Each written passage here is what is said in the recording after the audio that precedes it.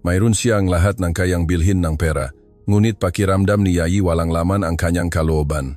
Nagpasya siyang magpanggap na pulubi upang makahanap ng tunay na pag-ibig. Hanggang sa may isang mahirap na tagalinis ang huminto sa bangketa at ginawa ang isang bagay na hindi pa nagawa ng sinumang mayaman na babae para sa kanya. Ang nangyari pagkatapos ay ikinagulat ng lahat. Si Miguel ay nakatayo sa harap ng salamin sa kanyang malaking closet. Tinitignan ang dos-dos ng mamahaling Amerikana na nakasabit na parang mga sundalo sa hanay. Mayroon siyang lahat ng mapapangarap ng sinuman, ngunit sa loob ay pakiramdam niya ay isang disyerto. Araw-araw ay may mga babaeng dumarating sa kanyang buhay. Laging interesado sa kanyang credit card, hindi sa kanyang puso. Kailangan kong malaman kung may tunay na pag-ibig sa mundong ito, bulong niya sa sarili habang hinahaplos ang kanyang buhok. Ang desisyon niya sa sandaling iyon ay tila kabaliwan. Ngunit ito lamang ang paraan upang makatiyak. Magpapanggap siyang ibang tao. Mamumuhay siyang parang walang-wala upang makita kung may magmamahal sa kanya sa kung sino siya talaga. Bumaba siya sa basement ng mansyon at kumuha ng lumang damit na ginagamit niya sa paghahardin. Ginuluhan niya ang lahat ng putik, pinunit ang ilang bahagi, ginulo ang kanyang buhok. Nang tumingin siya muli sa salamin, maging siya ay hindi na niya nakilala ang sarili. Mukha siyang isang ordinaryong tao na nagpupumilit mabuhay. Ang pagpili niya ng lugar ay hindi sinasadya. Sa harap ng commercial building kung saan matatagpuan ang kanyang kumpanya, daan-daang tao ang dumadaan araw-araw kung susubukan niya ang pagkatao. Dapat ay sa lugar kung saan maraming tao ang dumadaan. Umupo si Miguel sa bangketa, nakasandal sa dingding at naglagay ng lumang sombrero sa harap niya na parang humihingi ng tulong. Ang unang maoras ay nakapanlulumo. Ang tao ay lumalakad sa tabi niya na parang hindi siya nakikita. Ang ilan ay tumitingin ng may pagkasuklam, ang iba naman ay umiwas ng tingin. Isang lalaking nakasuot ng Amerikana ang nagbigay pa ng masasamang komento tungkol sa mga taong ayaw magtrabaho. Nakaramdam si Miguel ng matinding kalungkutan, hindi para sa kanyang sarili, kundi sa pagtuklas kung paano tinatrato ng mundo ang mga nangangailangan ng tulong. Palakas na ang sikat nga araw nang makita niya ang isang babaeng tumatakbo sa bangketa. Halatang huli na siya, may dalang simpleng bag at tinitingnan ang orasan sa kanyang pulso. Nilampasan niya ito, ngunit ilang hakbang ang layo, ay huminto siya. Nakita ni Miguel nang lumingon siya at lumapit sa kanya. Paumanhin, nakita kita rito at, sabi niya nang medyo humihingal. Ayos ka lang ba? May kailangan ka ba? Tumingala si Miguel at nakita ang pinakatunay na mukha na nakita niya. Wala roong pekeng awa o pagka-superior. Mayroong tunay na pag-aalala na parang talagang nakmamalasakit siya sa isang kumpletong estranghero. May pinagdadaanan ako, sagot niya, sinisikap na gawing mahina ang boses. Wala akong matuluyan. Walang pag-aalinlangan na binuksan ng babae ang kanyang bag, kumuha ng ilang lukot na pera at inalok ito sa kanya. Hindi ito marami, ngunit dapat ay sapat na para makabili ka nga makakain. May isang panaderya roon sa kanto na nagbebenta ng murang tinapay. Tiningnan ni Miguel ang pera sa kamay niya. Alam niya na ang maprang iyon ay malamang na kumakatawan sa kanyang pangmerienda marahil pati na rin sa pamasahe niya pauwi. Ang kilos ay napakasimple at sa parehong oras napakalakas, kaya naramdaman niya ang kanyang mata na nagbabasa. Salamat, sabi niya, kinuha ang pera. Hindi mo kailangan. Lahat ay nangangailangan ng tulong minsan. Sagot niya nang nakangiti. Ang pangalan ko ay Clara. Ikaw? Miguel? Sagot niya ng automatiko, nang hindi inisip na mag-imbento ngang maling pangalan. Miguel, nagtatrabaho ako rito sa gusaling ito. Dumadaan ako rito araw-araw. Kung kailangan mo pang anuman, hanapin mo ako. Ayos ba? Hindi ako mayaman, ngunit laging may babahagi. Muling tiningnan ni Clara ang orasan at umirap. Naku, huli na ako. Ngunit masaya akong nakilala ka, Miguel.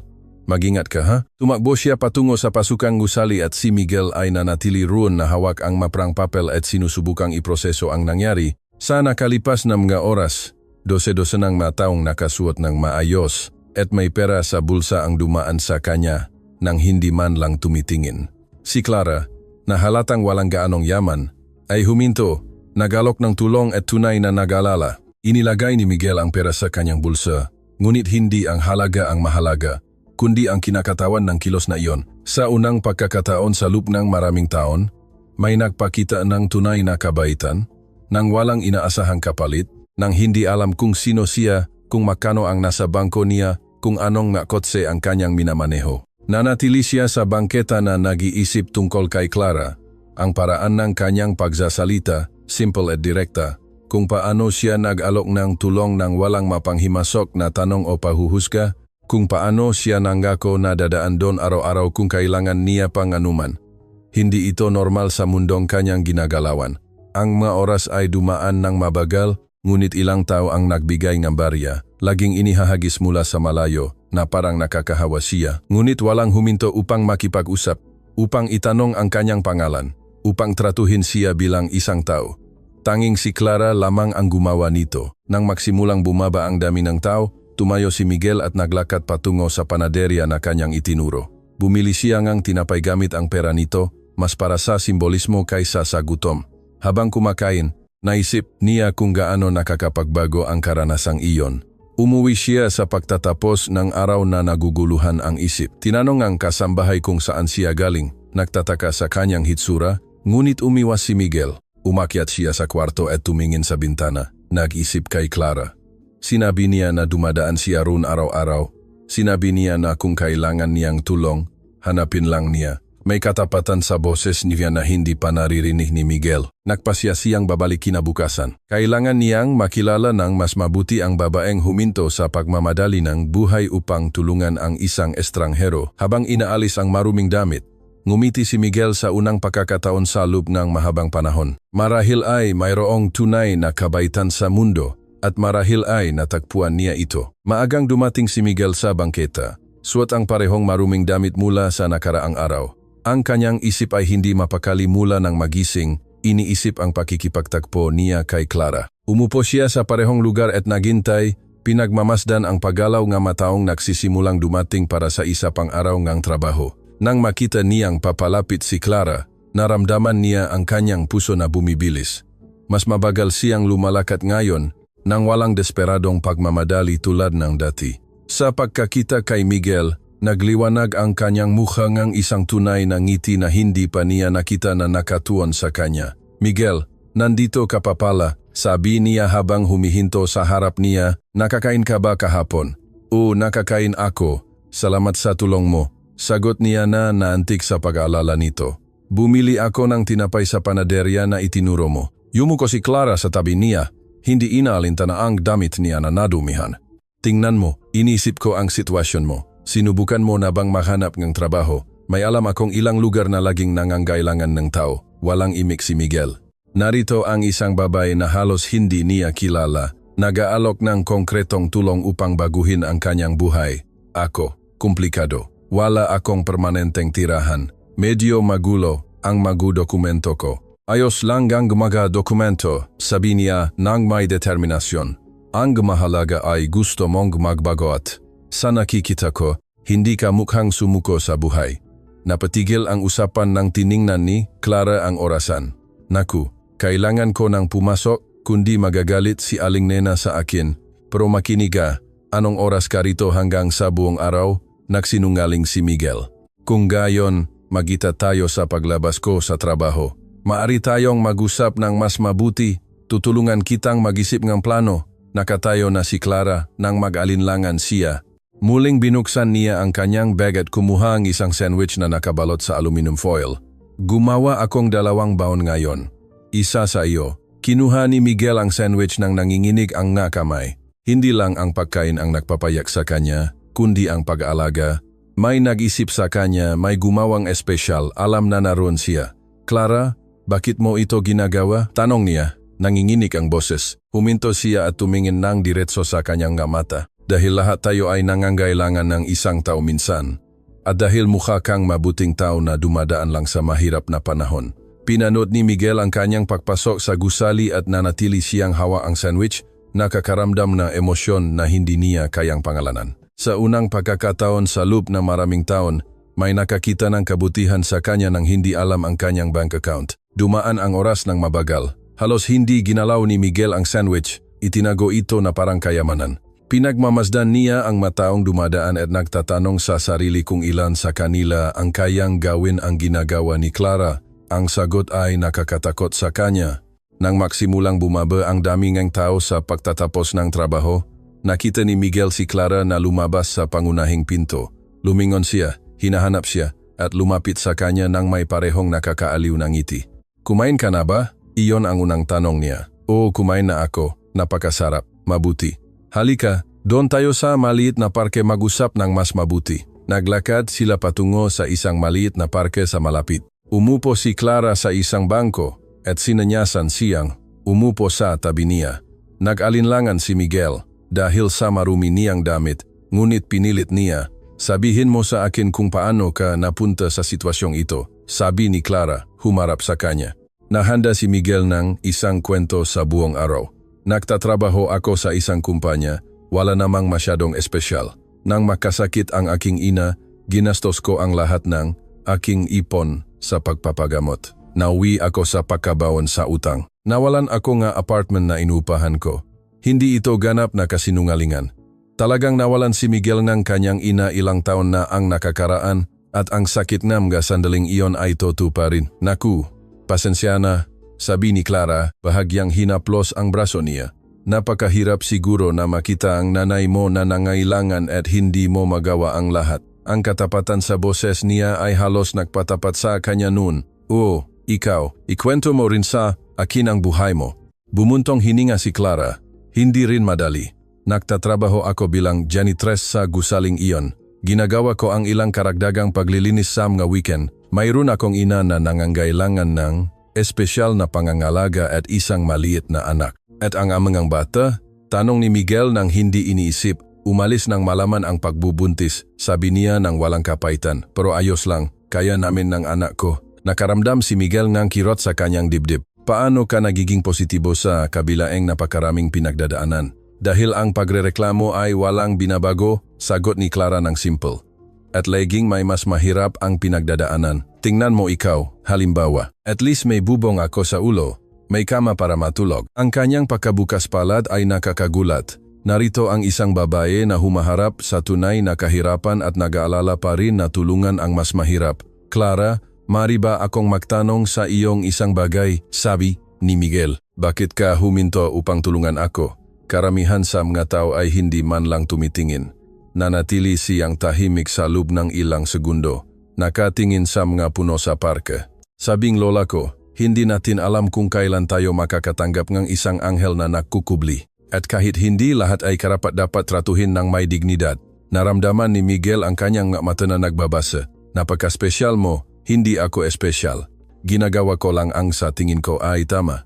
Nagpatuloy silang nag-usap hanggang gabi. Ikinuwento ni Clara ang mapangarap na kinailangan niyang isuko upang alagaan ang kanyang pamilya. Naaral siya upang maging nurse, ngunit kinailangan niyang huminto sa gitna ng kurso nang makasakit ang kanyang ina. Minsan naisip ko kung paano kung iba ang nga bagay. Sabi niya, nakatingin sa langit. Pero hindi magandang mabuhay sa paano kung, di ba? Ang buhay ay kung ano ito, nabiyani si Miguel sa kanyang lakas. Naisip mo pa bang bumalik sa pag-aaral?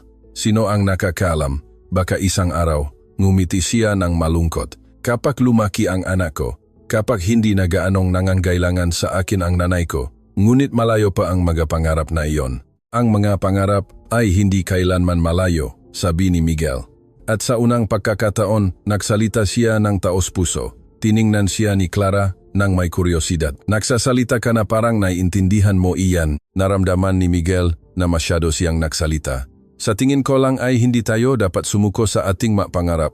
At may mapangarap ka rin ba? Ang tanong ay nakagulat kay Miguel. Ano ba talaga ang kanyang pinapangarap? Pangarap kong makahanap ng tunay na tao, mga taong tulad mo.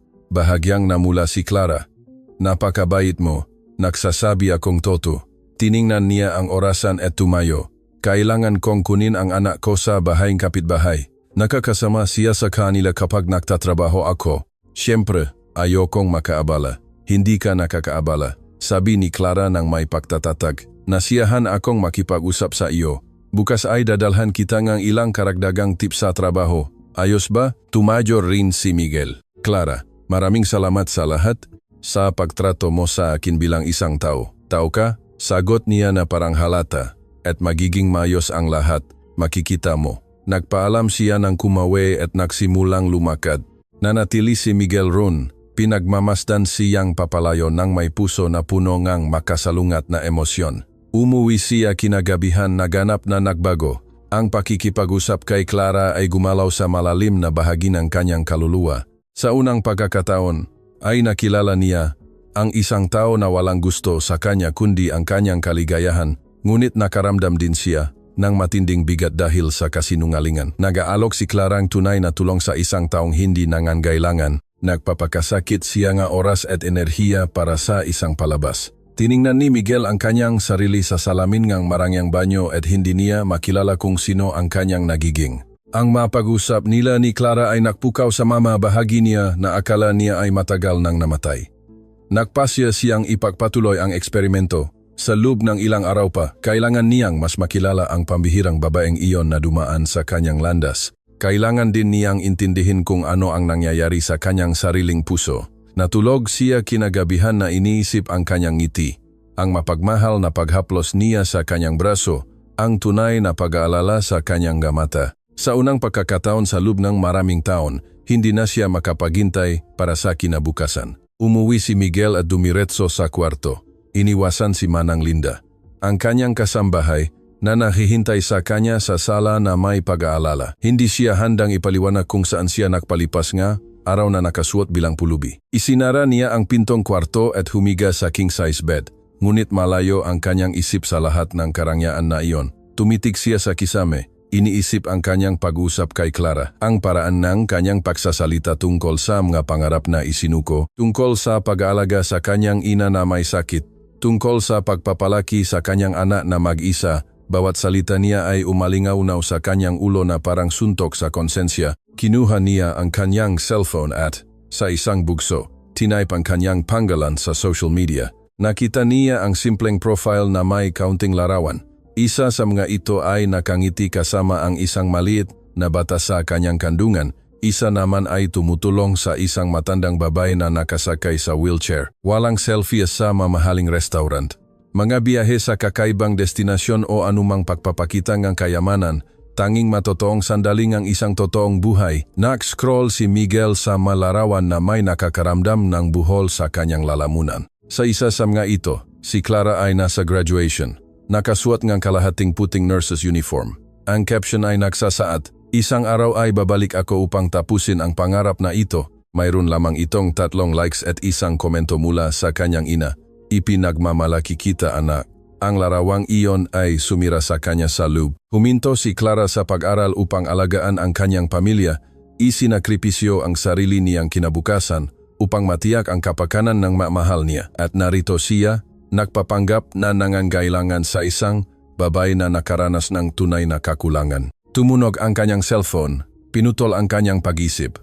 Si Paulo ito, ang kanyang kasosyo at matalik na kaibigan. "Miguel, pare, saan ka galing ngayon? Sinubukan kitang tawagan ng maraming beses. May inaayos lang akong personal na bagay." Malabong sagot ni Miguel. "Anong bagay?" "Ilang araw ka ng kakaiba." Sinabi ni Manang Linda na umuwi ka ng marumi ang damit kahapon. Bumuntong hininga si Miguel. Kilala siya ni Paulo sa loob ng maraming taon, mula pa noong kolehiyo, nang itatak nilang dalawa ang kumpanya mula sa wala. Kung may makakaintindi sa kanyang existential crisis, siya iyon. "Paulo, maari ba akong magtanong sa iyo? Sa tingin mo ba ay nilalapitan tayo ng mga tao dahil sa kung sino tayo o dahil sa kung ano ang mayroon tayo?" "Pare, anong tanong iyan?" "Siyempre dahil sa kung ano ang mayroon tayo. Nabubuhay tayo sa isang kapitalistang mundo, hindi sa isang fairy tale." Kinumpirma ng direktang sagot ni Paulo ang pinakamasamang takot ni Miguel. "Paano kung wala tayong anuman? Sa tingin mo ba ay may magmamalasakit sa atin?" "Miguel, ayos ka lang ba? Nagsasalita ka na parang magkakaroon ka ng midlife crisis." "Siguro nga iyon," bulong ni Miguel. Ibinaba ang telepono at muling tiningnan ang malarawan ni Clara. Sa lahat nega madya ito, kahit sa pinakasimple. Nagpapakita siya nega tunay na kaligayahan na hindi niya kailanman naramdaman, kahit na mayroon siyang lahat nega kayang bilhin nega pera. Samantala, sa kabilang paning ng lungsod, dumating si Clara sa bahay na may dalang masupot ng grocery at gamot. Nakatira siya sa isang maliit na apartment sa ikalawang palapak ng isang lumang gusali, ngunit pinananatili niya itong napakalinis at maayos. "Nanay, nandito na ako," anunsyo niya habang pumapasok sa pinto. "O anak," sagot ni Nanay Sol mula sa wheelchair, kung saan siya nanonood ng TV kasama si Junjun, ang anak ni Clara. na naglalaro sa sahig sa tabi niya. "Mama!" sigaw ng bata habang tumatakbo upang yakapin si Clara. "Oh, mahal ko. Kumusta ang araw mo kay Lola? Gumawa kami ng drawing. Tingnan mo." Ipinakita ni Junjun ang isang papel na puno ng makukulay na guhit. "Napakaganda! Ididikit ko sa ref." Hinalikan ni Clara ang nung kanyang ina at napansin na mas maputla ito kaysa sa karaniwan. "Nanay, kumusta ang sakit mo ngayon?" "Ah, anak, ganito pa rin. Ngunit huwag kang mag-alala sa akin." Alam ni Clara na laging pinalilit ng kanyang ina ang paghihirap upang hindi siya lalong mag-alala. Ang pagpapagamot ay lalong nagiging mahal at ang magamot ay napakamahal bawat buwan. Ngunit hindi niya kailanman ipaalam sa kanyang ina ang makahirapan sa pinansyal. Habang nakahanda ng hapunan, ikinuwento ni Clara sa kanyang ina ang tungkol kay Miguel. "Nanay, ngayon, nakilala ko ang isang binata na dumadaan sa hirap. Nakatira siya sa lansangan." Itinaas ni Nanay Sol ang kanyang kilay. "At gusto mo nang tumulong, di ba, Clara? Anak ko, napakabuti ngang puso mo, ngunit minsan masyado kang nag-aalala sa iba. Nanay, isipin mo kung si Junjun ang nasa ganong sitwasyon. Gusto kong may tumulong sa kanya. Alam ko, anak, ngunit marami ka nang dapat alalahanin sa akin, kay Junjun, sa trabaho. Dahil nga dito kaya naintindihan ko ang kanyang pinagdadaanan." Sagot ni Clara, hinahalo ang adobo. "Kapag nasa ilalim tayo nga hukay, bawat kamay na iniabot ay may malaking kaibahan." Pinagmamasdan ni Nanay Sol ang kanyang anak na nagluluto at nakaramdam ng kirot sa kanyang puso. Alam niya kung gaano karaming sakripisyo ang ginagawa ni Clara araw-araw. Nakita niya kung paano niya isinusuko ang sarili niyang pangangailangan upang matiyak ang kapakanan ng pamilya. "Clara, hindi mo kailanman sinabi sa akin, ngunit alam kong hindi ka bumili ng magay para sa iyong sarili upang bayaran ang aking magamot." Uminto si Clara sa pag-alo ng adobo. "Nanay, huwag mong sabihin iyan. Toto, ilang buwan ng butas ang sinalas mo. Hindi ka bumili ng bagong damit para sa iyong sarili, ni para kay Junjun, at kahit paano ay iniisip mo pa ring tumulong sa isang estranghero." Nagsimulang umagos ang luha sa mukha ni Clara. "Nanay, ginagawa ko ito dahil mahal ko kayo. At tungkol kay Miguel, iba." Nang tumingin ako sa kanyang mata, nakita ko ang isang kalungkutan na higit pa sa kawalan ng pera. Nakita ko ang isang taong nawalan ng pag-asa. "At gusto mong ibalik ang pag-asa sa kanya? Gusto kong subukan. Alam ko kung gaano kakilabot ang pakiramdam ng pagiging nag-isa sa mundo." Inabot ni Nanay Sol ang kamay ng kanyang anak. "Ikaw ang pinakamabait na tao na kilala ko, Clara. Ipagmamalaki ka ngayong ama." Hinawakan ni Clara ang kamay ng kanyang ina at tahimik na umiyak.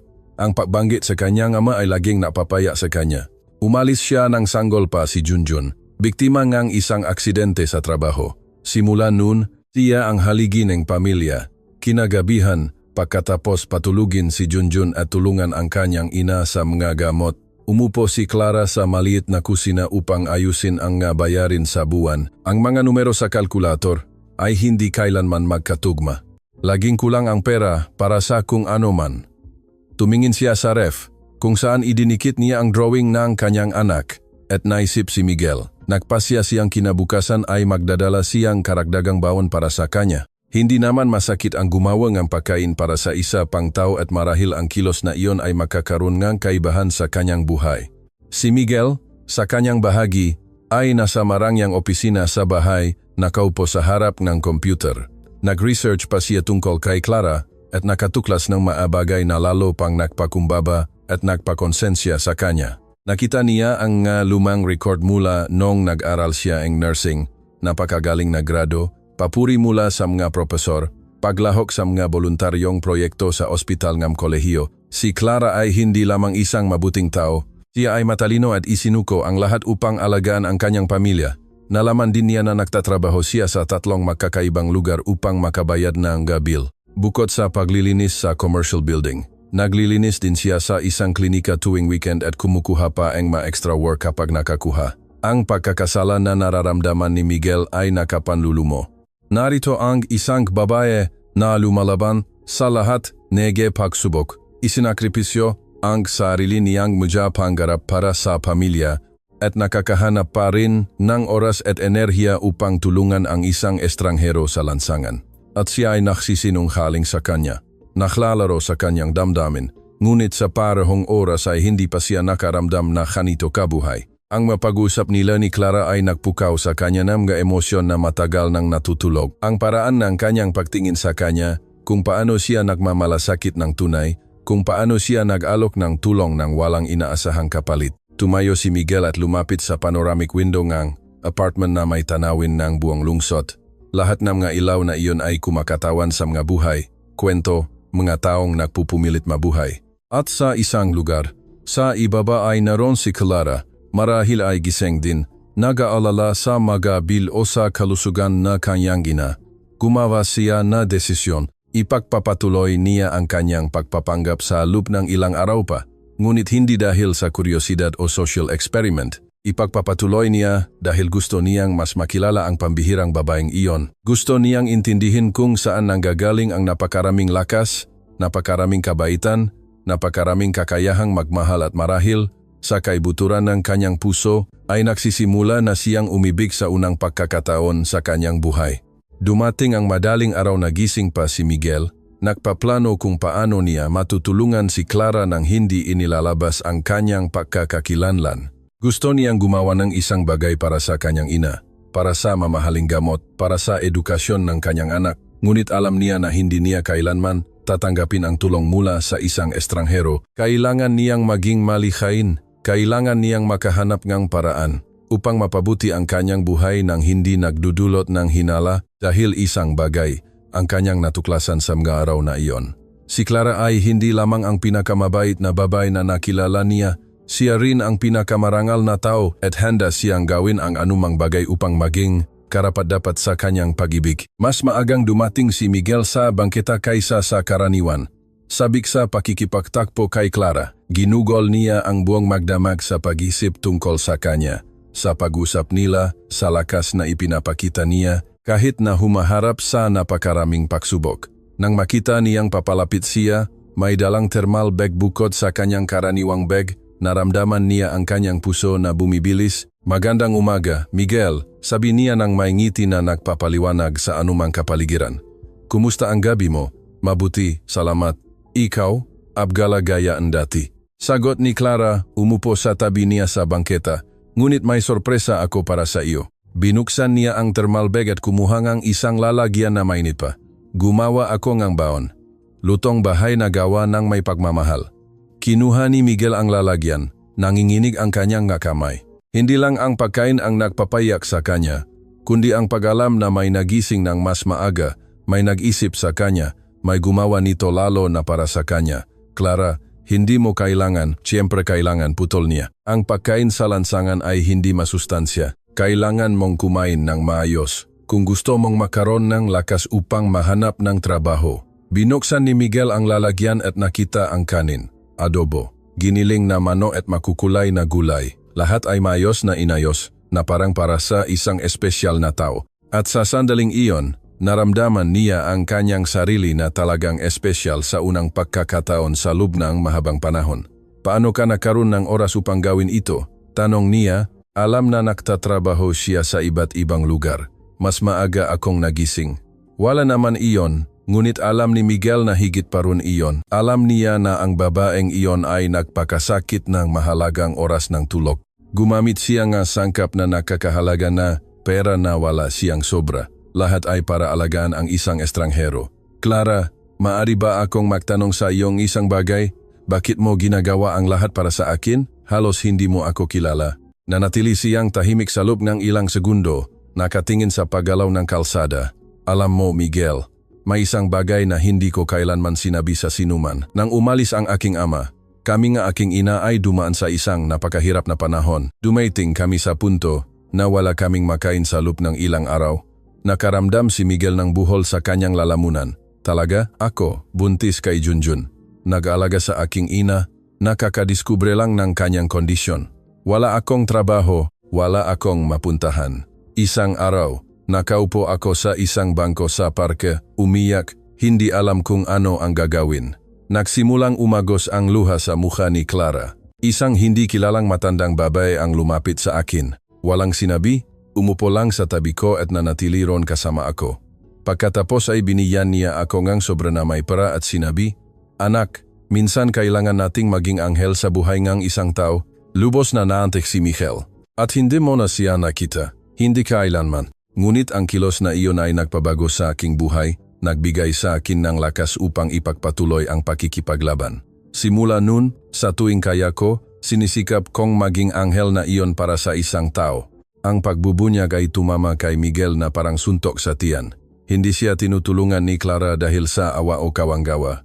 Ginagantihan niya ang isang kabaitan na natanggap niya sa isang sandali ng kawalan ng pag-asa. Napakagaling mong tao, sabi niya, nanginginig ang boses. Hindi naman, ginagawa ko lang ang dapat gawin ng sinuman. Sa sandaling iyon, nakita ni Miguel ang isang lalaking papalapit sa bangketa at nanlamig ang kanyang dugo. Si Ginoong Ricardo ito, isang negosyante na nakakasalamuha niya sa parehong social circles. Kung nakilala siya ni Ricardo, mabubunyak ang lahat ng kanyang pagpapanggap. Mabilis na ibinaba ni Miguel ang kanyang ulo. Hinila ang sombrero sa kanyang mata. Clara, ang lalaking iyon, ano ang meron sa kanya? Tanong niya. Sa direksyon na itinuro ni Miguel, si Ricardo ay direktang lumalakad patungo sa kanila, nakikipag-usap sa cellphone. Habang papalapit, napagtanto ni Miguel na imposibleng hindi mapansin. Miguel Santos. Sabi ni Ricardo, huminto sa harap nila ng may lubos na pagkagulat. Dahan-dahang tumingala si Miguel, sinusubukang mag-isip ngang mabilis na dahilan. Si Clara ay tumitingin sa pagitan nilang dalawa, nalilito sa sitwasyon. Pare, anong ginagawa mo rito sa ganitong ayos? Nagpatuloy si Ricardo sa pagsusuri sa maruming damit ni Miguel. Ito ba ay isang uringang social project ng iyong kumpanya? Isang bagay na ganyan? Nagalangan si Miguel. Desperado na huwag nang magsalita pa, si Ricardo NG anuman na makokompromiso. Ang galing, laging kong hinahangaan ang iyong philanthropic side. Gaano katagal ka sa eksperimentong ito? Nakita ni Miguel si Clara na kumunot ang no, halatang nalilito sa usapan. Kailangan niyang kumilos ng mabilis bago siya magsimulang magtanong, Ricardo, sa totoo lang, ako ay. Paumanhin sa pagputol, sumingit si Clara. Tumayo mula sa bangketa. Makakilala kayo. Tiningnan ni Ricardo si Clara na parang ngayon lang niya ito nakita. Hindi kami makakilala. Ako si Ginoong Ricardo, isang negosyante sa real estate. At ikaw, Clara, nagtatrabaho ako rito sa gusali. Ang galing. At paano mo nakilala si Miguel? Ang tanong ay lalong nagpakalito kay Clara. Nakilala ko siya rito sa bangketa. Dumadaan siya sa hirap. Tumawa ng malakas si Ricardo. Hirap? Clara, alam mo ba kung sino ang lalaking ito? Nakaramdam si Miguel NG pagbagsak, NG Mundo. Ricardo, pakiusap. Ito si Miguel Santos, may-aring Santos, Associates, isa sa pinakamalaking financial consultancy sa bansa. Mas mayaman pa siya sa bangko. Ang katahimikan na sumunod ay nakakabingi. Tiningnan ni Clara si Miguel ng may ekspresyon na pinahalong gulat, pagkalito, at isang bagay na tila matinding pagkadismaya. Paano? Bulong niya. Napagtanto ni Ricardo na masyado siyang nakasabi. Oops, sa tingin ko ay nakialam ako sa hindi ko dapat pakialaman. Miguel, mag-usap na lang tayo mamaya, okay? Mabilis siyang umalis. Iniwan si Miguel at Clara na mag-isa sa isang nakakahiya na sitwasyon. Nakatingin pa rin si Clara sa kanya, naghihintay ng paliwanag na hindi niya alam kung paano ibibigay. Clara, kaya kong ipaliwanag ang ano. Sabi niya, ang boses niya ay lumabas ng mas matigas kaysa sa karaniwan. Na sinungaling ka sa akin mula pa sa unang araw, na ginawa mo akong tanga, hindi ganon. Paano pala? Kitang-kita na labis na nasaktan si Clara. Mayaman ka at nagpanggap kang mahirap para saan? Para pagtawanan ang inosenteng babae na naniwala sa iyo? Nagsimulang umagos ang luha sa kanyang mukha. Kinaya kong ipagdamot ang pagkain sa bibig ng aking anak para dalhin sa iyo. Nagising ako ng mas maaga para gawin ang baon mo. Nag-alala ako sa iyo. Bawat salita ni Clara ay parang isang saksak sa puso ni Miguel. Ang makita ang sakit sa kanyang mata. Ang pag-alam na siya ang nagdulot ng pagkadismayang iyon ay mas masakit kaysa sa anumang parusa. Clara, pakiusap, hayaan mo akong magpaliwanag. Ipaliwanag ang ano? Na napakapatetik ko na nakakatawa para sa iyo na paglaruan ako? Hindi ko kailanman naisip na pathetic ka. Kabaligtaran. Kaya, bakit ka nagsinunggaling? Huminga ng malalim si Miguel. Alam na nasa pinakamahalagang sandali siya ng buong sitwasyong iyon dahil gusto kong makahanap ang isang taong magmamahal sa akin sa kung sino ako, hindi sa kung ano ang mayroon ako. At inakala mo na ang pagsisinungaling ang tamang paraan? Hindi ako ay. Ako ay nawawala, Clara. Pagod sa mga taong lumalapit sa akin dahil lamang sa interes. At pagkatapos ay dumating ka at nagpasya kang subukan ako. Iyon ba iyon? Sa simula iyon nga. Aminado si Miguel nang makita ang ekspresyon ni Clara na lalong sumasara. Ngunit pagkatapos kitang makilala, nagbago ang lahat. Ikaw ang pinakakahangahangang tao na nakilala ko sa aking buhay. Umiling si Clara, pinupunasan ang kanyang maluha. Alam mo ba kung ano ang pinakamalungkot, Miguel? Talagang nagmalasakit ako sa iyo. Akala ko ay nakahanap akong isang espesyal na tao, isang taong nangangailangan ng tulong, isang taong huminto siya sa pagsasalita na parang may napagtanto siya. Diyos ko, siguro ay pinagtawanan mo ako ng husto. Ang mahirap na janitress na sinusubukang tulungan ang milyonaryong negosyante. Clara, hindi ko kailanman pinagtawanan. Hindi kailanman, sabi niya ng may kapaitan. Kung gayon, ano ang ginawa mo? Naawa, nasiyahan sa aking pagiging inosente. Minahal kita. Ang masalita ay lumabas sa bibig ni Miguel bago pa man niya napansin. Uminto si Clara sa pagiyak at tumingin sa kanya ng may pag-alinlangan. Ano ang sabi mo? Minahal kita, Clara, sa iyong kabaitan, sa iyong lakas, sa paraan ng iyong pagtingin sa mundo. Ipinakita mo sa akin kung ano ang tunay na pag-ibig. Dahan-dahang umiling si Clara, hindi ako naniniwala na sinasabi mo iyan ngayon. Matapos kang magsinungaling sa akin mula pa sa unang sandali. Alam kong sinira ko ang lahat, alam kong hindi ako karapat-dapat sa iyong kapatawaran, ngunit kailangan mong malaman na ang lahat ng naramdaman ko para sa iyo ay totoo. Totoo? Tumawa si Clara ng walang kagalakan. Paano magiging totoo ang isang bagay na batay sa isang kasinungalingan? Kinuha niya ang kanyang bag at nagsimulang lumayo. Miguel, o kung ano man ang tunay mong pangalan, ayoko na kitang makita kailanman. Miguel ang pangalan ko at totoo ang nararamdaman ko para sa iyo. Ngunit si Clara ay naglalakat na patungo sa gusali. Nang hindi lumingon, nanatili si Miguel roon. Hawak ang baon na ginawa niya ng may labis na pagmamahal. Nakikita ang babaeng mahal niya na lumalayo, marahil magpakailanman.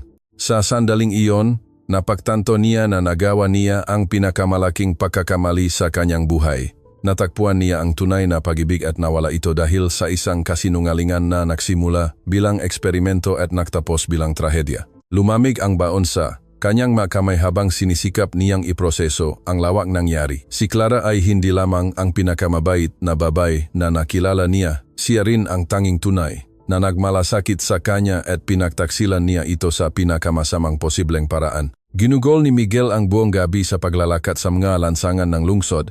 Hindi maalis sa kanyang isip ang ekspresyon ng sakit sa mukha ni Clara. Bawat salita na kanyang sinabi ay umalingaw-ngaw sa kanyang tainga na parang isang hatol. Kinaya kong ipagdamot ang pagkain sa bibig ng aking anak para dalhin sa iyo. Ang pangungusap na iyon ay sumira sa kanya sa loob. Nang magumaga, gumawa siyang desisyon na magbabago sa lahat.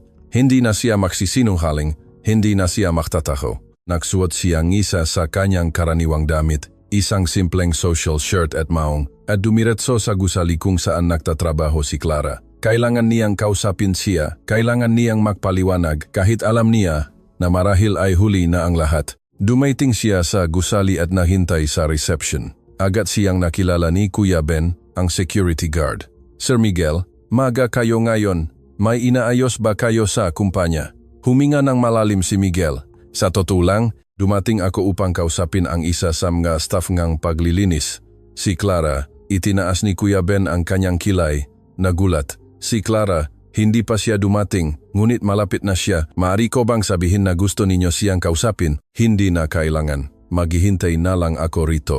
Umupo si Miguel sa isa sa mga upuan sa reception, kinakabahan na hindi pa niya kailanman naranasan. Ang ilang taong dumadaan ay bumabati sa kanya, nagtataka na makita siyang doon ng maaga at may ganong tensyonadong ekspresyon.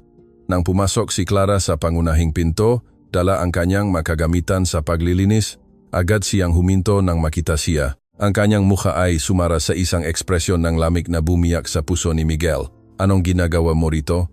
Tanong niya, lumapit sa kanya ng may matitigas na hakbang. Dumating ako upang kausapin ka. Wala tayong dapat pag-usapan. Sinubukan ni Clara na dumaan, ngunit tumayo si Miguel, dahan-dahang hinaharangan ang kanyang daan. Pakiusap, Clara, bigyan mo ako ng 5 minuto. Sinayang mo na ang ilang araw ng aking buhay sa iyong makasinungalingan. Hindi ko nasasayangin ang kahit 5 minuto pa. Ang ilang tao sa reception ay nagsimulang tumingin sa kanilang direksyon, kuryoso sa usapan. Napagtanto ni Miguel na hindi ito ang ideal na lugar para sa isang pribadong pag-usap. Kung gayon, makipakita ka sa akin pagkatapos ng iyong trabaho. Pakiusap. Hindi Clara, alam kong nasasaktan ka. Nasasaktan? Putol niya. Ang boses niya ay lumabas ng mas malakas kaysa sa kanyang nilayon. Sa tingin mo ba ay sakit lang iyon, Miguel? Pinaglaruan mo ang aking damdamin.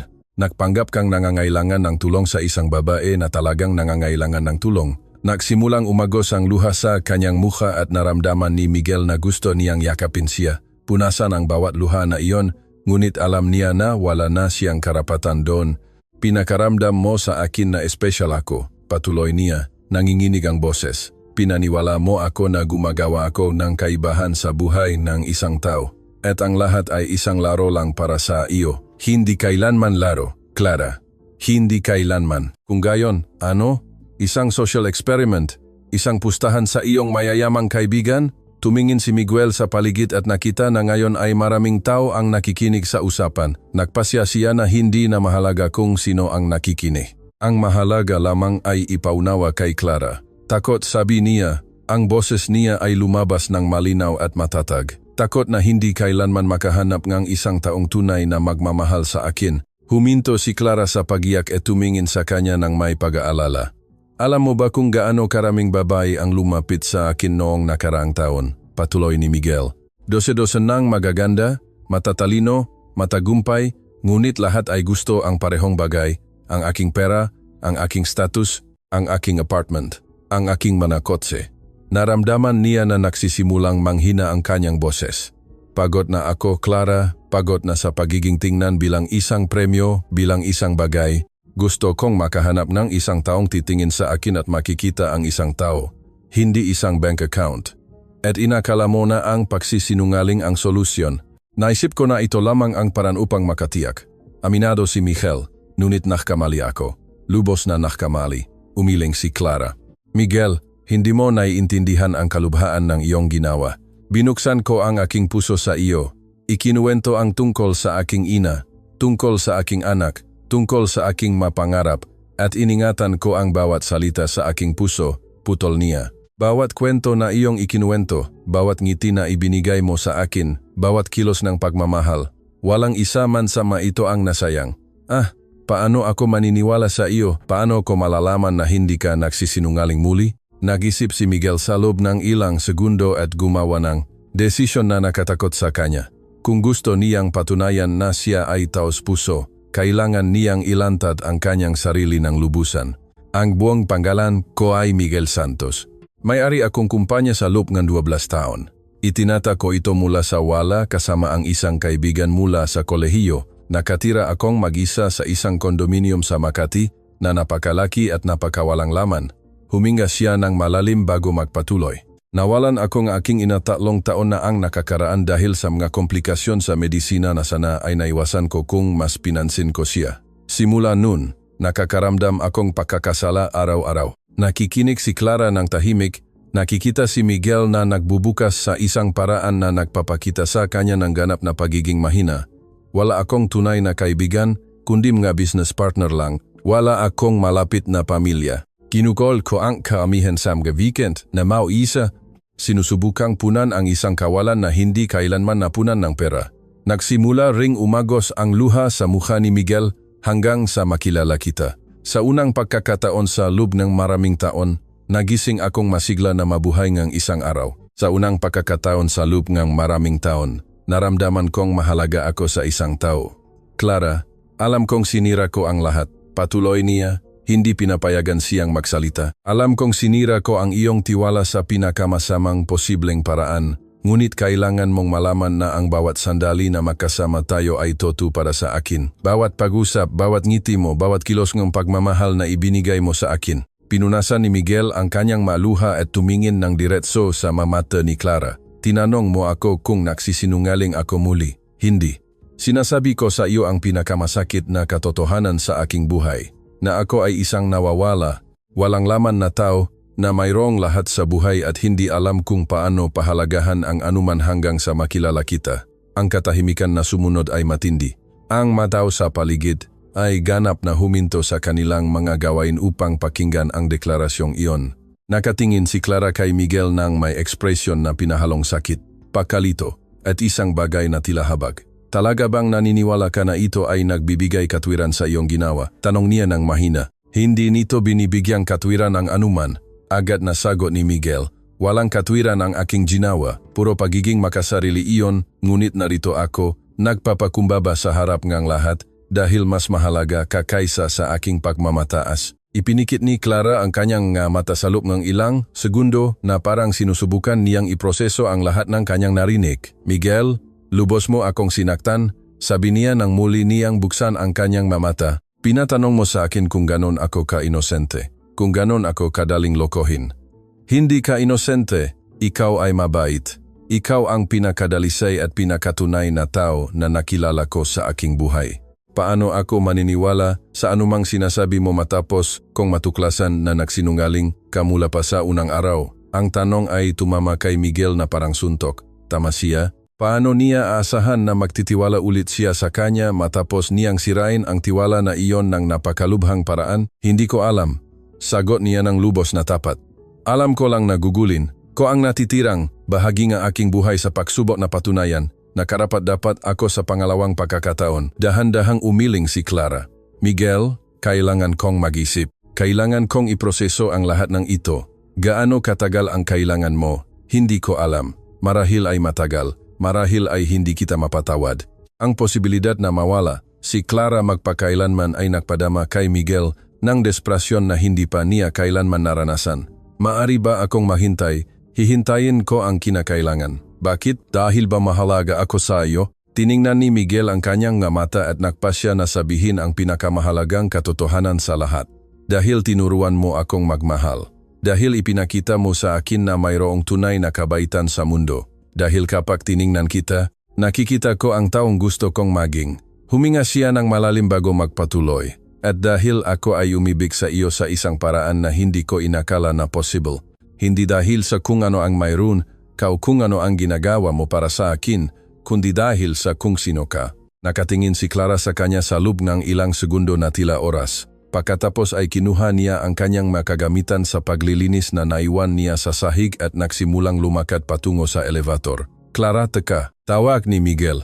Huminto siya at lumingon. Miguel, kailangan kong magtrabaho ngayon at kailangan mong bigyan ako ng espasyo upang mag-isip. Maari ba kitang tawagan? Maari ba kitang hanapin? Hindi. Kapag handa na akong makipag-usap, kung magiging handa man ako ang hahanap sa iyo. Pumasok siya sa elevator at nagsara ang mapinto. Dala ang babae na naging pinakamahalagang bagay sa buhay ni Miguel. Nanatili siya sa reception. Nararamdaman ang matingin ng lahat ng mataong nakasaksi sa eksenang iyon. Lumapit sa kanya si Kuya Ben. Sir Miguel, nang may buong pagalang, napakaspesyal ni Clara. Kung mapatawad ninyo siya, kayo ang magiging pinakamaswerte sa mundo. Tumango si Miguel, nararamdaman ang buong bigat ng kanyang maaksyon. Alam ko, Kuya Ben, alam ko.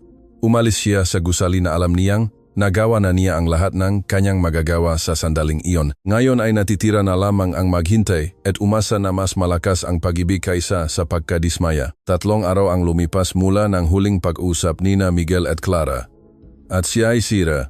Hindi siya makapagtrabaho, hindi siya makakain, hindi siya makapag-isip ngang anuman kundi siya. Maraming beses na tumawag si Paolo na nag-aalala sa kanyang pagliban sa kumpanya, ngunit sinabi lamang ni Miguel na inaayos niya ang mapersonal na bagay. Si Manang Linda, ang kanyang kasambahay, ay nag-aalala rin. Sir Miguel, hindi po kayo ayos, hindi po kayo kumakain ng maayos sa loob ng ilang araw, naglalakad lang po kayo sa bahay na parang kaluluwang ligaw. Ayos lang ako, Manang Linda. Kailangan ko lang ayusin ang isang sitwasyon. Anong sitwasyon? Baka makatulong ako. Tiningnan ni Miguel si Manang Linda na nagtatrabaho para sa kanya sa loob ng mahigit 5 taon. Siya ay isang simpleng babae, tapat, na laging nag-aalaga sa kanya ng may pagmamahal na ina. Marahil ay maintindihan niya. Manang Linda, minahal mo na ba ang isang tao hanggang sa punto na gagawin mo ang anumang bagay para sa taong iyon?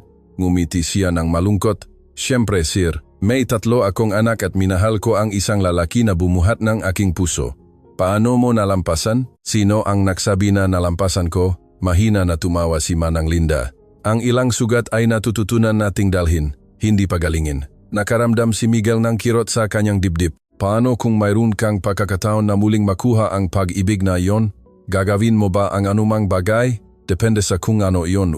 Ngunit ang tunay na pag-ibig ay hindi nakukuha sa desperasyon, Sir Miguel, kundi sa katotohanan at pasensya. Sa parehong sandali, sa kabilang panig ng lungsod, si Clara ay dumadaan sa pinakamahirap na linggo ng kanyang buhay. Hindi niya maalis sa kanyang isip si Miguel. Hindi niya mapigilang isipin ang sakit na nakita niya sa kanyang mata nang aminin niya ang kanyang damdamin. Anak, iba ka mula pa noong araw na iyon, sabi ni Nanay Sol habang inaayos ni Clara ang kanyang magamot. Gusto mo bang mag-usap? Wala po ito, Nanay. Clara, ako ang nanay mo. Alam ko kung kailan ka naghihirap. Huminto si Clara sa kanyang ginagawa at umupo sa tabi ng kanyang ina. Naalala mo ba ang binata na sinabi ko na tinutulungan ko? Si Miguel, ang nakatira sa lansangan, nagsinungaling siya, nanay, mayaman siya, napakayaman. Nagpanggap siyang mahirap. Para sa, hindi ko alam kung para saan. Nanatili si Nanay Sol sa katahimikan sa loob ng ilang segundo. Pinoproseso ang impormasyon. At paano mo nalaman? Ikinuwento ni Clara ang buong kwento sa kanyang gina mula sa pakikipagtagpo kay Ricardo hanggang sa pag-uusap sa gusali. Habang nagsasalita, muling umagos ang luha sa kanyang mukha. Sinabi niya na umibig siya sa akin, Nanay. Ngunit paano ako maniniwala sa isang taong nagsinungaling mula pa sa unang sandali? Hinawakan ni Nanay Sol ang kamay ng kanyang anak. Clara, maari ba akong magtanong sa iyong isang bagay? Nang mag-usap kayo, nang nagpapanggap pa siya, naramdaman mo ba na siya ay nagsisinungaling? Hindi. Mukha siyang taos puso. Kaya masakit nang matuklasan ang katotohanan at ang paraan ng kanyang pagtingin sa iyo kung paano ka niya tinatrato. Ipinikit ni Clara ang kanyang mata, naaalala ang sandaling pinagsaluhan nila. Nang may pagmamahal, nang may paggalang, na parang ako ang pinakamahalagang tao sa mundo. Kung gayon, marahil ay totoo ang kanyang damdamin kahit na ang pangyayari ay peke. Nanay, niloko niya ako. Niloko niya tungkol sa kanyang sitwasyon sa pananalapi, ngunit niloko ba niya tungkol sa kanyang damdamin? Ang tanong ng kanyang ina ay nagpatibay kay Clara na mag-isip ng malalim. Naalala niya ang bawat tingin ni Miguel, ang bawat salita na pagmamahal, ang bawat sandali na tila siya ay naantig sa kanyang kabaitan. Samantala, gumawa ng desisyon si Miguel. Hindi na siya maghihintay ng pasibo. Pupunta siya sa gusali kung saan nagtatrabaho si Clara, araw-araw hanggang sa pumayag siyang makipag-usap muli sa kanya. Sa ika-4 na araw, maaga siyang dumating at pumwesto sa bangketa sa harap ng gusali, ngunit ngayon ay hindi na siya nagpapanggap na pulubi. Nakasuot siya ng normal na damit, may hawa na karatula na nagsasabing, Clara, kailangan ko ang iyong kapatawaran. Nakita siya ni Kuya Ben, ang security guard, mula sa bintana at bumaba upang makipag-usap. Sir Miguel, anong ginagawa ninyo? Naghihintay kay Clara. Kailangan ko siyang kausapin. Ngunit sir, sa kalye, pag-usapan kayo ng mga tao. Hayaan mo silang magsalita, Kuya Ben. Wala na akong pakialam doon. Nang dumating si Clara at nakita si Miguel na nakatayo sa bangketa na may hawak na karatula, naramdaman niya ang kanyang puso na bumibilis. Maraming tao ang nakatingin. Ang ilan ay kumukuhang larawan gamit ang cellphone. Lumapit siya sa kanya na labis na nahihiya. Miguel, anong ginagawa mo? Lahat ay nakatingin. Wala akong pakialam. Gusto ko lang makipag-usap sa iyo. Hindi, rito gumagawa ka ng eksena. Ibinaba ni Miguel ang karatula sa sahig. Kung gayon, mag-usap tayo sa ibang lugar, pakiusap. Tumingin sa paligid si Clara. Nakikita ang mga kuryoso na pinagmamasdan ang eksena. Pinapahiya mo ako. Pasensya na. Hindi ko iyon intensyon, desperado lang ako. Ang salitang desperado ay tumama sa isang malalim na bahagi ng puso ni Clara. Nakita niya sa kanyang mata na hindi ito pagpapanggap, ito ay tunay na desperasyon. 5 minuto, sabi niya, doon sa parke. Naglakad sila patungo sa parehong bangko kung saan sila unang nag-usap. Kinakabahan si Miguel, alam na marahil ito ang kanyang huling pagkakataon. Clara, alam kong humingi ka nga oras upang mag-isip. Ngunit hindi ako makalayo. Nababaliw na ako. Miguel, hayaan mo akong tapusin. Pakiusap, huminga siya ng malalim. Alam kong hindi ako karapat-dapat sa iyong kapatawaran. Alam kong sinira ko ang iyong tiwala sa pinakamasamang posibleng paraan. Ngunit kailangan mong malaman ang isang bagay. Nanatili si Clara sa katahimikan na naghihintay. Sa nakalipas na mga araw, nahanap ako ng impormasyon tungkol sa iyo, tungkol sa iyong pamilya, tungkol sa iyong buhay. Inimbestigahan mo ako. Tanong niya nang nagagalit. Hindi iyon investigasyon, iyon ay pag-aalala. Kumuha si Miguel ng isang sobre mula sa kanyang bulsa. Nalaman ko na ang iyong ina ay nangangailangan ng isang partikular na paggamot na napakamahal. Nalaman ko na nagtatrabaho ka sa 3 lugar upang makabayad na mabil. Nalaman ko na isinuko mo ang kolehiyo upang alagaan ang iyong pamilya. Naging tensyonado si Clara. Ano ang gusto mo rito? Gusto kong tumulong ng walang inaasahang kapalit. Inabot niya ang sobre sa kanya.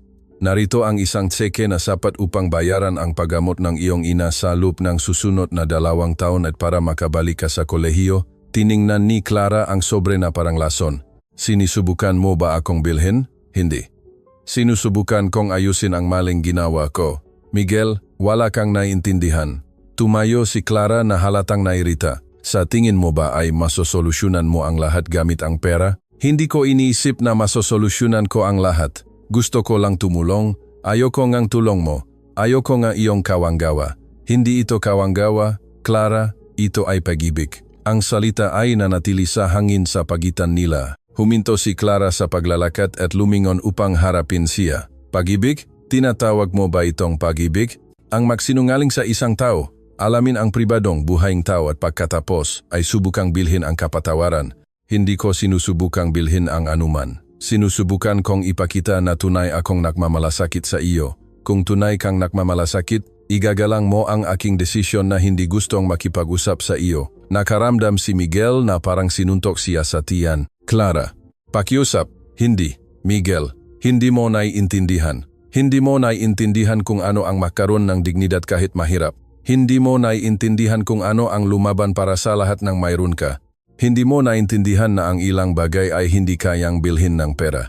Nagsimula siyang lumayo muli at ang isa sa mga ito ay ang aking tiwala. Nanatili si Miguel Run, hawak ang sobre. Nakikita ang babaeng mahal niya na lumalayo muli. Ngunit ngayon ay may nagbago sa loob niya. Napagtanto niya na mali ang paraan ng kanyang paglapit sa lahat. Tumakbo siya pagkatapos niya. Clara, teka. Miguel, tama na. Tama ka. Sabi niya nang humihingal. Tama ka. Huminto si Clara. Nagulat sa pagbabago ng kanyang tono. Hindi ko naiintindihan kung ano ang magkaroon ng dignidad na mahirap. Hindi ko naiintindihan kung ano ang lumaban para sa lahat ng mayroon ka. Hindi ko naiintindihan na ang pera ay hindi bumibili ng ilang bagay. Pinunit ni Miguel ang seke sa harap niya. Ngunit gusto kong matuto. Gusto kong turuan mo ako. Tiningnan ni Clara ang mapiraso ng seke sa sahig. Hindi makapaniwala. Kung bibigyan mo akong pagkakataon, hindi bilang mayaman na lalaki na sinusubukang ayusin ang lahat gamit ang pera, kundi bilang nawawala na lalaki na kailangan matuto na maging mas mabuting tao. Tiningnan niya ang kanyang mata at nakakita ng isang bagay na iba. Hindi na ito desperasyon, kundi kapakumbabaan. Miguel, kahit gusto kitang patawarin, paano ako muling magtitiwala sa iyo? Hindi ko alam, sagot niya ng lubos na tapat. Alam ko lang na gugulin ko ang natitirang bahagi ng aking buhay sa pagsubok na patunayan na karapat-dapat ako sa iyong tiwala. Nanatili si Clara sa katahimikan sa loob ng ilang segundo na tila isang kawalang hanggan. Isang pagkakataon, sabi niya sa wakas. Isang pagkakataon lang, ngunit may isang kondisyon. Bumilis ang tibok ng puso ni Miguel. Anumang kondisyon, walang kasinungalingan, kailanman, tungkol sa anuman, kahit na masakit ang katotohanan, pangako. At walang pagsubok na lutasin ang aking problema gamit ang pera. Kung gusto mo akong tunay na makilala, kailangan mong tanggapin ako kung sino ako, kasama ang aking magkahirapan at lahat. Ipinapangako ko rin iyan. Inabot ni Clara ang kanyang kamay sa kanya. Kung gayon, magsimula tayo sa simula. Ang pangalan ko ay Clara Reyes, 29 taong gulang, isa akong janitress, solong ina at nag-aalaga sa aking ina na may maselan na kondisyon. Kinuha ni Miguel ang kanyang kamay na nakakaramdam ng matinding emosyon. Ang pangalan ko ay Miguel Santos. 36 taong gulang, isa akong negosyante at isa akong lalaki na nawalan ng landas sa buhay hanggang sa makilala ko ang isang pambihirang babae na nagpakita sa akin kung ano ang tunay na mahalaga. Sa unang pagkataon sa loob ng ilang araw, ngumiti si Clara, isang maliit na ngiti, puno pa rin ng pag-ingat. Ngunit nakpaliwanag sa buong mundo ni Michelle. Hindi ito magiging madali, sabi niya. Nasasaktan pa rin ako. Natatakot pa rin akong maktiwala sa iyo. Alam ko at papatunayan ko araw-araw na karapat-dapat ako sa iyong tiwala. Binitawan ni Clara ang kanyang kamay.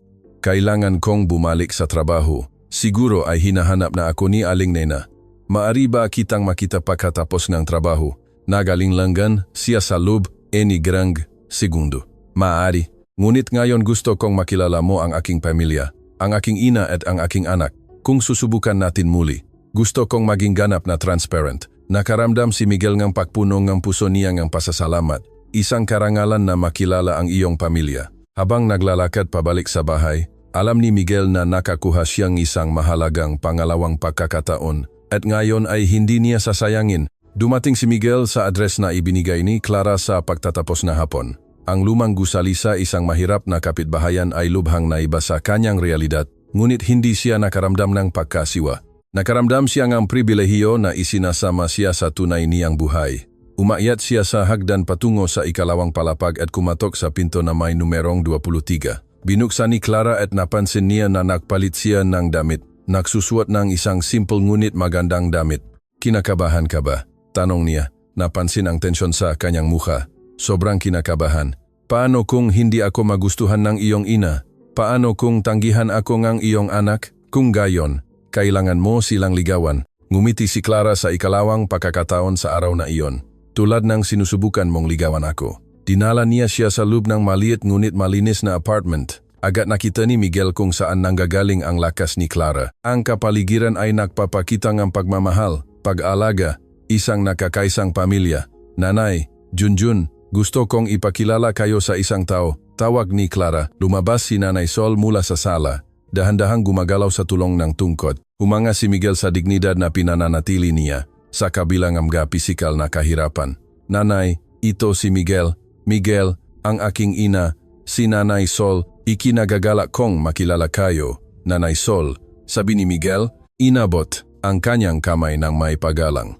Sinuri siya ng kanyang nga mata na may karanasan na nakakita na ng maraming bagay sa buhay. Kung gayon, ikaw ang binata na nagsinungaling sa aking anak. Ang direktang tanong ay nakagulat kay Miguel.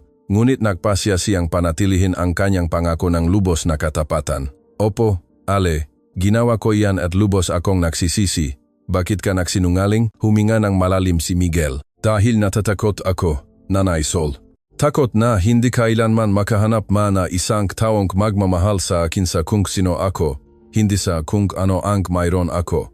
At inakala mo na ang pandilin lang sa aking anak ang solusyon. Hindi ko naisip ang mga kahihinatnan. Pagiging makasarili iyon. Nagpatuloy si Nanay Sol sa pagtingin sa kanya ng tahimik. Sinabi ng aking anak na umibig ka sa kanya. Totoo ba iyan? Ito ang pinakatunay na katotohanan na nasabi ko sa aking buhay. Sa sandaling iyon, lumabas ang isang maliit na bata na tumatakbo mula sa kusina. Huminto ng mahiyain sa likod ng kanyang lola nang makita ang estranghero sa sala. Junjun, halika. Tawag ni Clara ng may pagmamahal. Ito si Miguel na sinabi ko sa iyo. Dahan-dahang lumapit ang bata, tiningnan si Miguel ng may kuryosidad.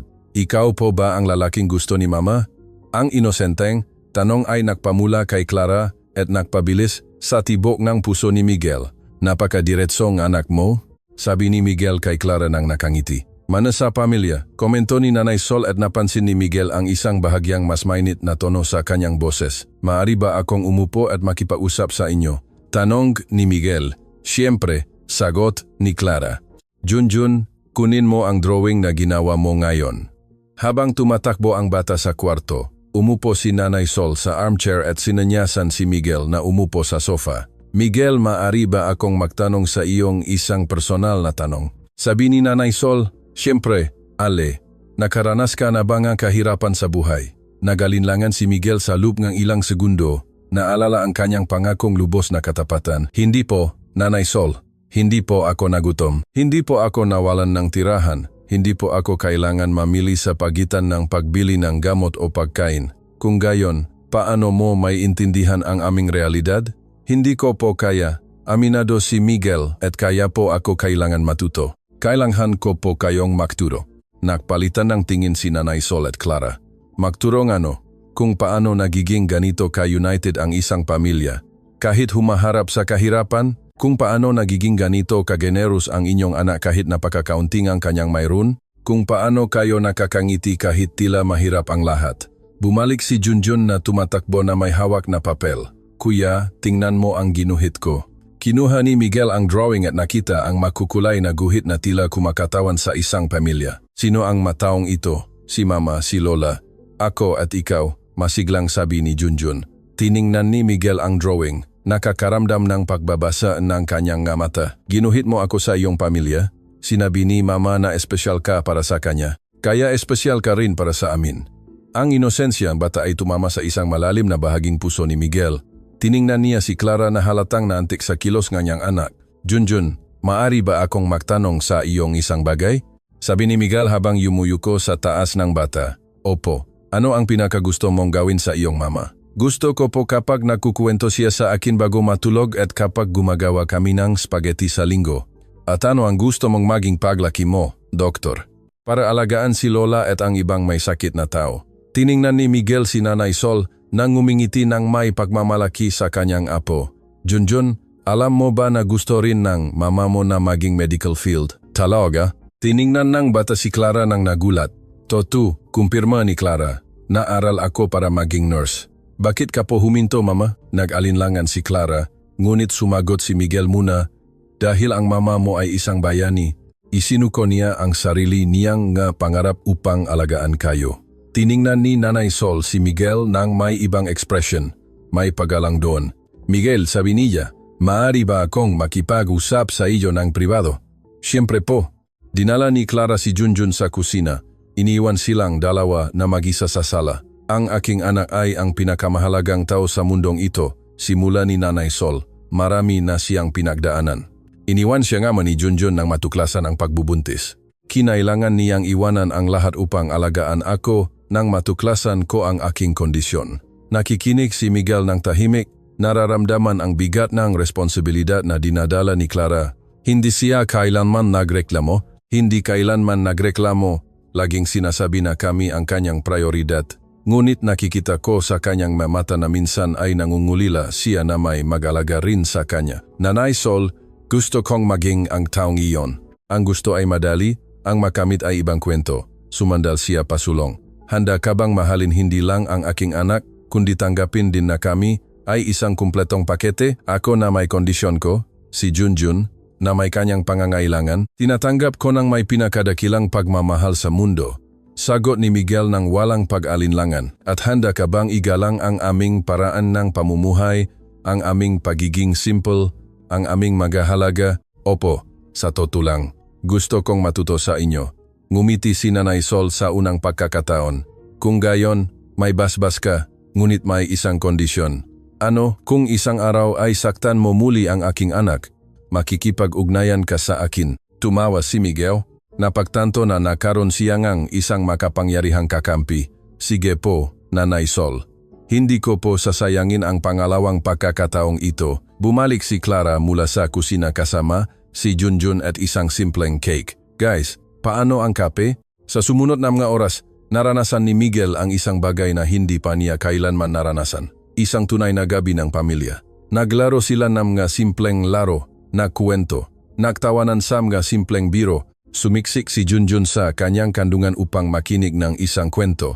At naramdaman ni Miguel na napuno ang kanyang puso na pagmamahal na parang ama na hindi niya alam na umiiral. Nang dumating ang oras upang umuwi, sinamahan siya ni Clara sa pinto. Kumusta? Tanong niya. Perpekto. Ang iyong pamilya ay kahanga-hanga.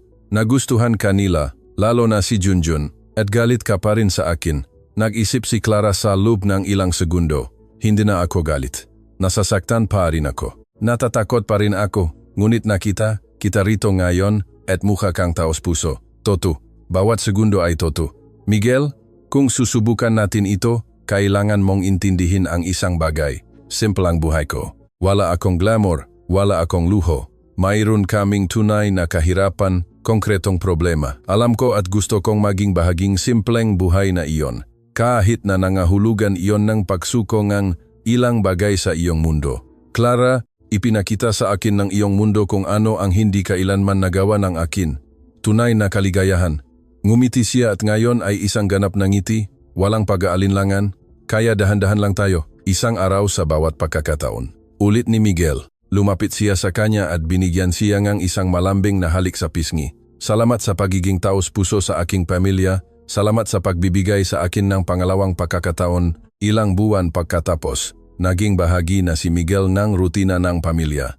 Lumalabas siya tuwing weekend, tumutulong sa mga gawaing bahay, nakikipaglaro kay Yunjun, nakikipag-usap kay Nanay Sol. Natuto siyang magluto ng simpleng pagkain, ayusin ang nasirang bagay, makahanap ng kagalakan sa maliliit na bagay. Patuloy na umuunlad ang kanyang kumpanya sa ilalim ng pangangasiwa ni Paolo, ngunit lubos na binago ni Miguel ang kanyang prioridad. Araw-araw na komento ni Manang Linda kung gaano siya mas masaya, mas makatao. Sir Miguel, ang babaeng iyon ay gumawa ng himala sa inyo, sabi niya isang umaga. O nga, Manang Linda, ipinakita niya sa akin kung sino talaga ako. Isang hapon ng linggo, habang silang lahat ay nasa maliit na sala na nanonood ng pelikula, nagtanong si Junjun na nagpabago sa lahat. Kuya Miguel, magpapakasal po ba kayo kay Mama? Namula si Clara. Junjun, pero totoo naman po na nagpapakasal ang taong nagmamahalan, di ba? Tiningnan ni Miguel si Clara, pagkatapos ay si Nanay Sol, napalihim na nakangiti. Junjun, ano sa palagay mo tungkol doon? Gusto ko po sana. Tapos ikaw po ang magiging totoong papa ko. Naramdaman ni Miguel na napuno ng luha ang kanyang mata, tumayo mula sa sofa at lumuhod sa harap ni Clara. Miguel, anong ginagawa mo? Bulong niya. Clara Reyes, tinuruan mo ako kung ano ang tunay na pag-ibig. Ipinakita mo sa akin na ang kaligayahan ay hindi nabibili. Ito ay itinatayo. Binigyan mo akong isang pamilya na hindi ko kailanman naisip na makakaroon ako. Kumuha siyang isang maliit na kahon mula sa kanyang bulsa. Hindi ito mamahaling singsing. Simple ito tulad ng dapat sana nating kwento mula pa sa simula. Umiyak si Clara, pati na rin si Nanay Sol. Gusto mo bang magpakasal sa akin? Gusto mo bang bumuo ng isang tunay na pamilya kasama ako? Opo, bulong niya. 1,000 beses na opo. Sigaw ni Junjun sa tuwa at yumakap sa kanilang dalawa. Pumapalakpak si Nanay Sol mula sa armchair, umiyak sa kaligayahan. 1 taon pagkatapos, ikinasal sina Miguel at Clara sa isang simpleng seremonya, ngunit puno ng pagmamahalan. Malaki ang pinagbutingang kalusugan ni Nanay Sol sa angkop na paggamot. Tinawa ni Junjun si Miguel na papa at bumalik si Clara sa kolehiyo. Natupad sa wakas ang pangarap na maging nurse. Natutunan ni Miguel na ang tunay na pag-ibig ay hindi nakukuha sa kasinungalingan o pera. Ito ay nakukuha sa katotohanan, pasensya at ang pagiging handa na maging mas mabuting tao araw-araw. At sa gayon, ang lalaking nagpanggap na mahirap upang makahanap ng pag-ibig, natuklasan na ang tunay na kayamanan ay nasa pagiging minahal sa kung ano siya, imperfecto, ngunit handa na lumago, katapusan ng kwento.